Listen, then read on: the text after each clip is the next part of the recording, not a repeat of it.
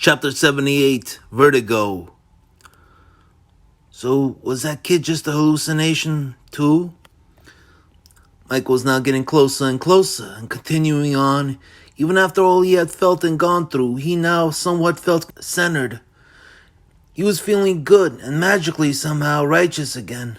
But Michael understood this was only an inner thing, something of the inside that was good and needed. But what's needed on the outside in the real world, Michael understood with that, magic wasn't going to cut it. Oh God, what difference can I really make? The fact was, Mrs. Dory and Mr. Parsley had already had enough time to use access codes to reach the garage, gotten to the bomb, and had begun setting up the detonator. Yeah, thanks, kid. You've cost me a lot. You cost me dearly. And by the time Mike was to reach 1999 building, it was probably going to be too late. Then the bomb was going to go off at any moment. That whole building's going to go up. And then, trying to imagine the explosion, Michael thought, wait, how much damage could one bomb that size do? Michael was beginning to wonder if it could even take out half the financial district, let alone the 1999 building. There was very little chance Michael was going to be able to do anything. And even right this second, now in Chinatown, it was possibly that the bomb might go off. And all Michael could do then was look up and watch the fireworks. Shit, the blast wave might even be powerful enough to reach Chinatown and level it also. I mean, seriously, how much damage can one daisy cutter do? I know nothing about bombs. And wait a second, something isn't adding up. Nikki said it needed to be hauled over here by semi-truck. I mean, I know nothing about bombs, but why get something that big and that conspicuous? Couldn't he have just gotten lots of C4, but not tons worth, and driven it over inside a van, a smaller vehicle? Why get something that big? And I'm pretty sure it wasn't easy for him to get access to a daisy cutter either, even if he is a CIA. The military would keep inventories of stuff like that and guard it well. Could Mr. Dorian manage to steal something that big from some U.S. armory? I don't know. I don't know nothing about this stuff. Well, at least it's not a nuke or something. That would at least be impossible to get access to. But then, okay, now I'm really scaring myself. As he exited Chinatown, Michael was once again there, standing in front of the 1999 building, and now things started feeling all eerie and weird. He was getting some very strange vibes from here, like something was out of place. Where's everyone? With the mass hysteria boiling all around him, this building seemed off, separate, as if existing in a separate universe to its own. Nothing seemed to have changed since he last stood at this spot when he had arrived with LaToya. So where are the mercs? Where are the Iron Monkeys? What's going on here? It was truly an eerie and weird moment. Some Twilight Zone shit. The building still stood there, tall, detached from the rest of the city, and the whole age of rage business, yet not. Michael then all of a sudden got the jolting sense within this next second he was going to be staring down a massive wave of fire rushing at him. He felt like he was going to be vaporized at any second, and there was nothing he could do about it. This was a juncture, a pivotal moment, place and time, and anything was possible from this point on. Now there was no more age of rage. There was no more of that kid. There was no more Nikki. There was now only this, Mr. Dorian, and that bomb, and the Reaper. This time really, and I'm gonna die here. I know it. That's what's so Twilight Zone-y about all this. It's here, where I'm gonna meet my end. Michael sighed, then took a big gulp and continued. I wonder how it feels to be vaporized in a moment's notice. Staring up at the giant monolithic tower, Michael began to feel vertigo, as the building seemed to be growing taller. All right, no more hesitating. This is what it's all coming down to. Let's do this. As he began entering the building, for a second there, he felt like he was being washed all around. He felt like there was eyes on him, And as he turned his head towards the security camera attached to the side of the building, he realized he was following him. As Michael rode up to the glass doors of the front entrance, he decided to take a lesson from the Iron Monkeys and just ride right on in with the chopper. And as he tried to inside, Michael noticed that Jamil and Jaleel were still there, standing side by side between the magic elevator, also as if nothing had changed. As he opened the doors and rode into the lobby, the Kenya Wonder Twins turned their attention to him and began to call him out. "The fuck you think you're doing here, Michael? You can't just ride in here with that motorcycle. Get out. You're no longer invited," called out one of the two. What are you two still doing here?" Michael replied. "Go, leave now," responded the other.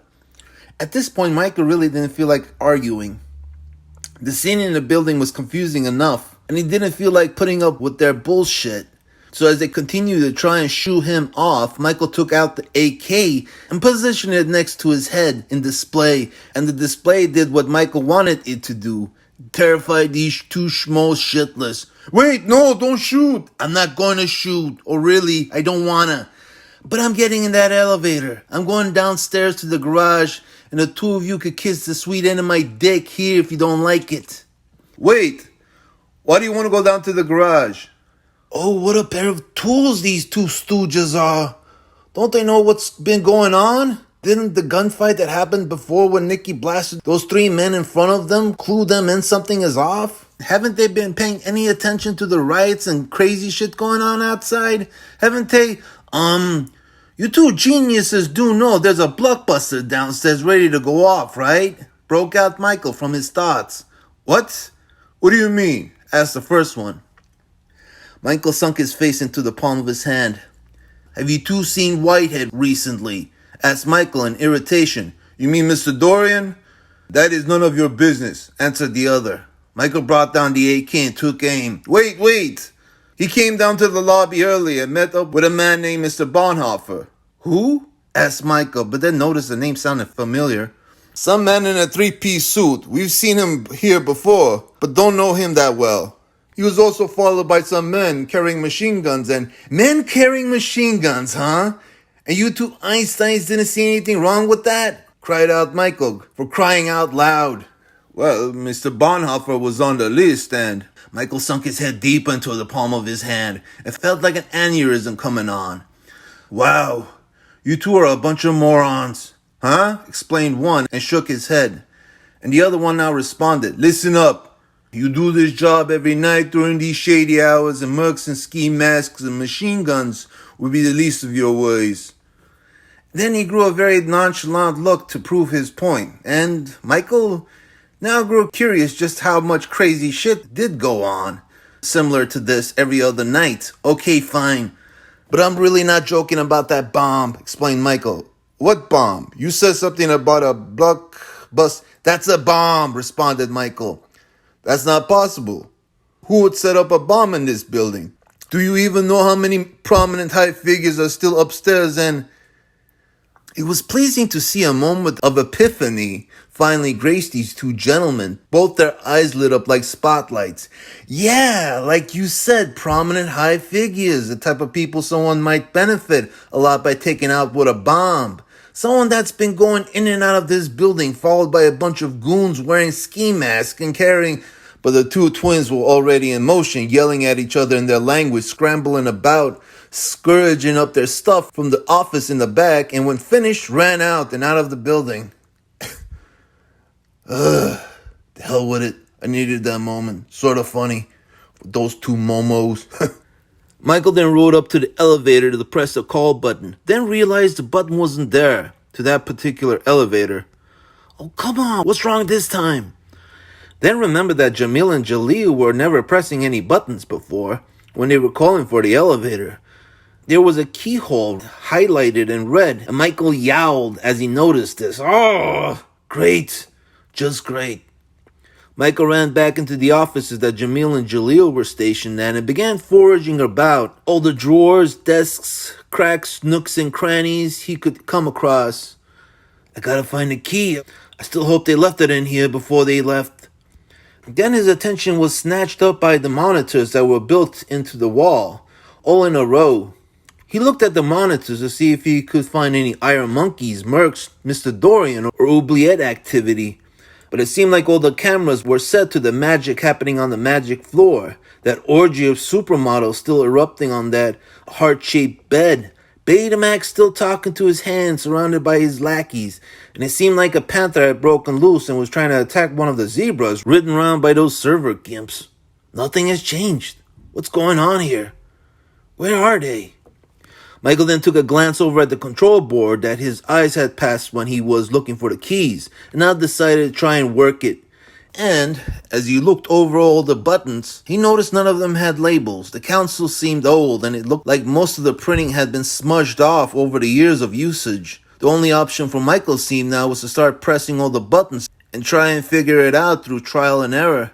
As Michael decided which button to start with, he pressed it, and all of the monitors had then gone off. Shit. Michael then pressed it again and the monitors were back on again. Good, the on and off button are the same. After a while of playing around with all the buttons, Michael started to get a sense of what he was doing, but by this point Michael had left a mess. Half the monitors were offline or scrambled. One monitor had zoomed in all the way on the dumb expression on Betamax's face, and some had lost their RGB or tint values. Eventually, Michael found the buttons that were switching the monitors to different rooms and floors, and eventually he got one of them switched over to what he presumed was the garage level. But unfortunately, though, Michael wasn't able to make out much. What he saw was what looked like the first garage level with cars parked all around, and towards one wall, towards the back, there was a giant metal door open. Just a huge-ass door looking to be reinforced with 30 inches of steel. And next to that gate, there was a control panel that had an old monitor with a keyboard attached. That has to be the access point. Can't be anything else. But still, where are they? But then a thought came to Michael. What if they're already gone? And the bomb is ready to go off at any second? And how am I going to deactivate it then? As much as Michael sort of preferred them not being around anymore, that way I wouldn't have to personally deal with them and get shot to death, Michael still needed them to deactivate that bomb. And I can't do it. No way. I can't touch that thing. Somebody has to touch it that knows what to do when dealing with bombs. Like a bomb squad with the NYPD. Wait. And now Michael started wondering if he should just call the cops. Actually, I should. I really should do that instead. Why didn't I think of doing that before? I could have called the cops back when I was with Nikki in that hallway. I could have gotten into one of the apartments there to use a phone or found a phone booth outside. And even with the riots going on, they would have had to have taken the threat seriously.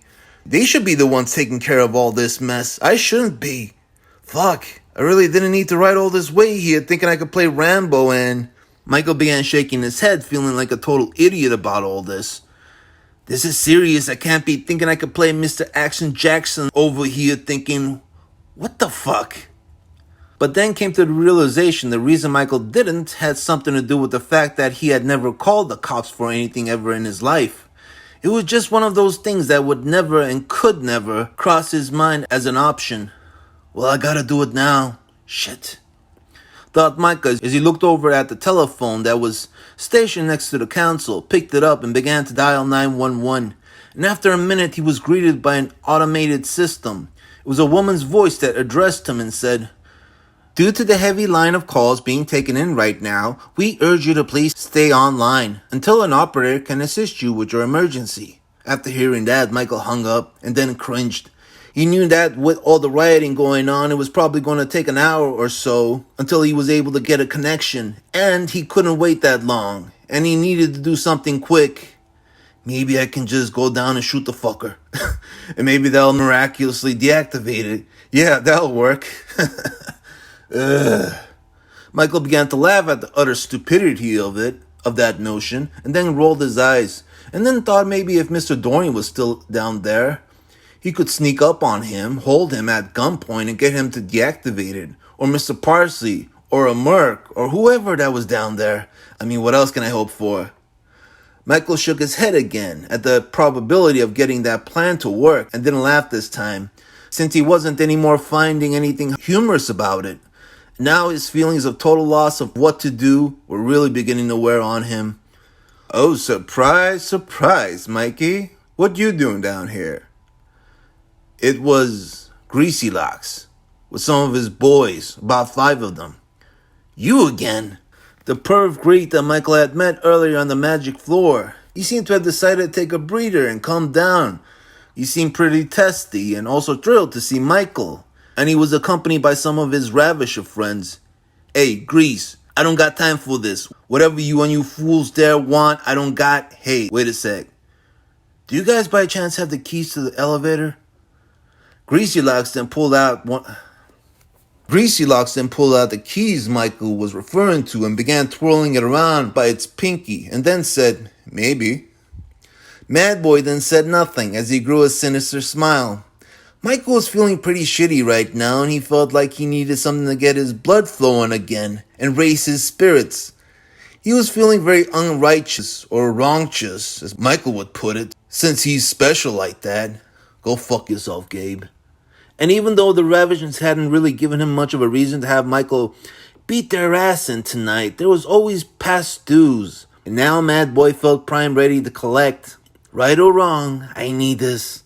As Greasy Locks made one last attempt to piss Madboy off by wiggling his eyebrows at him, Madboy leaped in like a lion, with claws out, ready to wring at Greasy Locks' neck.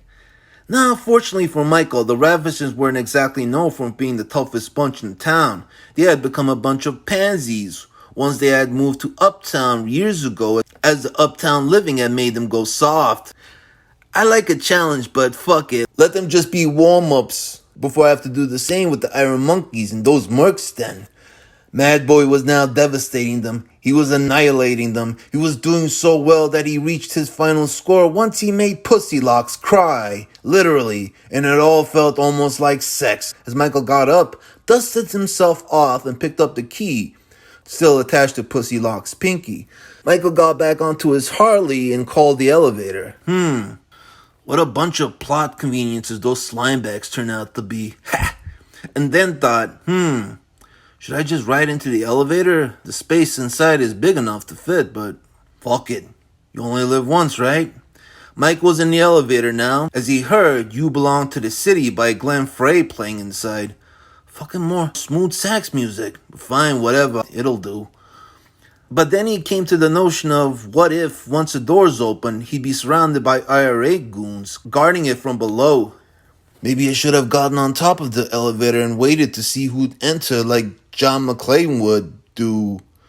Or find a ventilation shaft or... But it was already too late for any of that. Michael already reached the garage level as the doors flung open. Michael then decided to step off his chopper and take a peek.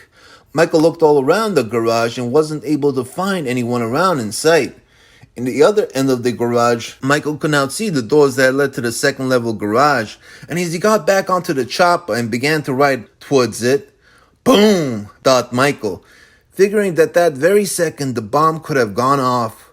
Boom, thought Michael again as the thought took on a twisted nature and began to excite him in a twisted manner. Boom, boom, kaboom. Okay, stop it. Stop that. As Michael got up to the large open metal doors, he peered inside and saw the path ahead curving around a corner and descending down into darkness. It didn't seem like any illumination was coming from down there, and that made Michael hesitant. And I swear, there's like a faint mist reaching out from that darkness, like they're harboring a fucking dragon down there. After a while of trying to reinforce his convictions, he took one last look inside and decided to head in.